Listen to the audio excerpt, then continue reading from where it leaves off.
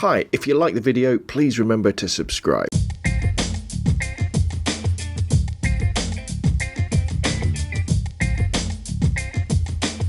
Hi, I'm Rob from RobNoPhoto.com, and I thought it was about time I did a nice quick review of my Canon 70-300 f4 to f5.6 IS EF lens that I picked up a couple of months ago. I thought it was time to talk about this great image stabilized lens from Canon.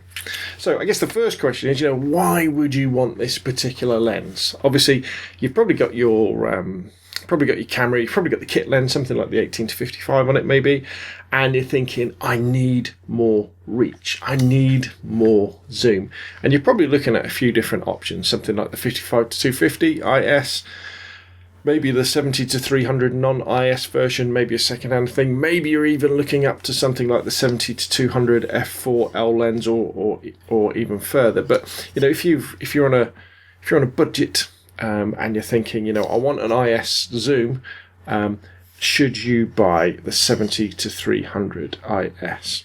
And what this lens can give you is an awful lot of reach. Obviously, it can take you up to 70. To start off with, then out to 300 millimeters, which is zooming an awful long way. But it's not just about the zooming, it also means that you can take really nice portraits, because the longer the lens, the more flattering the photo will be, and also it has very nice compression effects. This particular lens as well, there's very few lenses that I fitted to my camera that have really made a big difference to my photographs in the way other people see them. I tend to not see it, but I took some pictures of Suzanne, for example, with this lens down the beach, just when she was playing around with Valentino.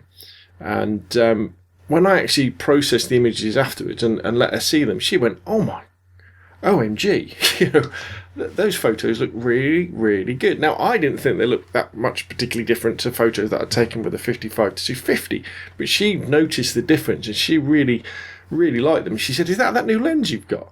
That's how good it is. Now, not only is it quite a long reach with the 70-300, in fact, tell you what, that's the lens cap list. Let's take that off so you can kind of get an idea of what it is. It's also got image stabilization on it, which means that when it's on the camera and you half press the shutter button, there's all these gyroscopes and things inside that keep the glass steady and your photo steady when you're taking the picture handheld. And what that means in practical terms is you can shoot, say, a static subject at 300 millimeters. Down to about, I've taken sharp pictures down to about a 30th of a second, which is amazing. This definitely has better image stabilization than the 55-250.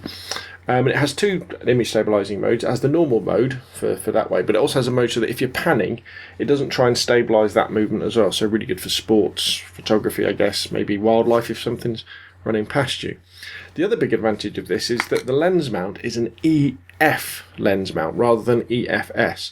So it's not only compatible with the 600D, 700D, 60D, 70D and all the Canon crop sensor cameras, but it's also compatible with the full frame cameras as well. 5D Mark III, 5D Mark II, 1DXs, all that sort of business. So if you're currently at the moment are using a crop sensor body, but in the future you might be thinking about upgrading to a full frame body, this lens will still fit it, where obviously it won't fit it if you buy like an EFS lens. The other advantage of that is the fact that being an EF mount means that you can also fit teleconverters as well, which you can't normally fit to the EFS mounts. And that can give you, for example, I've got just something that's a 2x teleconverter that converts it to 600 millimeters. You're losing a bit of sharpness and you're losing, I think, at least 2 stops of light. So you've got to bump up the ISO and you've got to go to manual focusing mode. But, it seems pretty good. So let's have a quick look at the lens then as itself. The build quality is pretty nice. We've got a metal lens mount here. On the side we've got a lock. So you can lock it at 70mm for transporting so it doesn't slide around. There's the extension.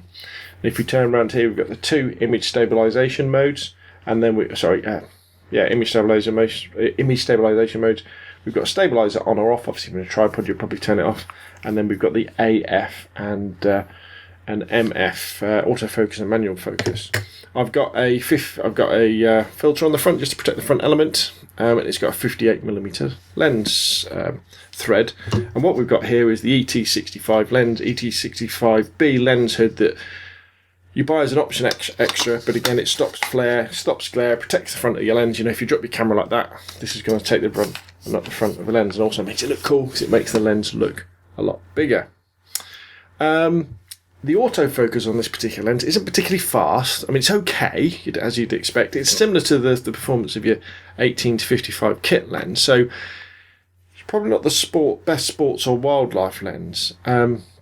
And obviously being a variable aperture, so it starts at f4, and when you're zoomed all the way, it's down to f5.6. It's not the fastest lens in the world in terms of the amount of light that's coming in, so that could be a problem if you're shooting inside. But again, with cameras like the 600D and its brethren, you know, you can shoot at high ISOs, and you can kind of make up for that as well. But I think if you're on a budget and you're thinking, you know, I want a really good budget telephoto lens with good IS, then definitely the 70 to 300 is worth looking at. The only kind of fly in the ointment with the 70 to 300 is just how expensive it is.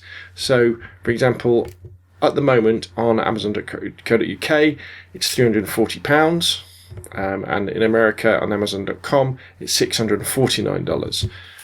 Which I know isn't really expensive in the world of lenses, but whoops, just knocked the mic over, probably got a bit of a bump there. But compared to the EFS 55 to 250 lens, it's about, in the UK, £200 more. This normally goes for about £130, £140. And this is a really good image stabilised lens.